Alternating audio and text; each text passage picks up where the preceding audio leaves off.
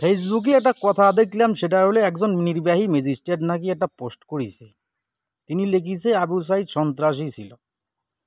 এটার বাল তুই কোন ডারে, আমি তোরে তো পাইলে কানের গোড়ায় নিচে এমন ঠাড়াই সর মারতাম, কিল্লাই মারতাম। তুই আবু সাইদের মতো লোকেরা যিনি শহীদ হয়ে গেছে তারে বলতেছি সন্ত্রাসী, তুই অনেক শিক্ষিত রে। আমি এটা আওয়ামী লীগের দোসর, আওয়ামী লীগের চামচা আর কি। মনে হয় যেন এটারে করছে, এটা কোটার মধ্যে দিয়ে এই যে বিসিএস হয়েছে, যার কারণে এইসব উল্টা পাল্টা কথাবার্তা বলে, তা নাহলে ডেট ওভার মাল খাইছে। এই মহিলার বিচার এই দেশের মধ্যে করা উচিত, কিনলেই করা উচিত।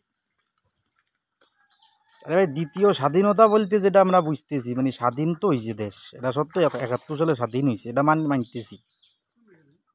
কিন্তু স্বাধীন হয়েছে, স্বাধীনতাটারে জিম্মি করে রাখা হয়েছে, আটকাই রাখা হয়েছে, ধরেই রাখা হয়েছে। এইটারে আবার 24 সালে উদ্ধার করছে। এই 24 সালে যারা সেনানি ছিল তাদের যদি সন্ত্রাসী আখ্যা দেওয়া হয়, তোমার কপালে ভোগ আছে।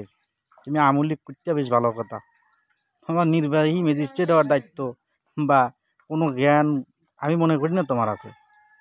তোমার বিচার এ দেশের মধ্যে হওয়া উচিত, কঠোর বিচার হওয়া উচিত।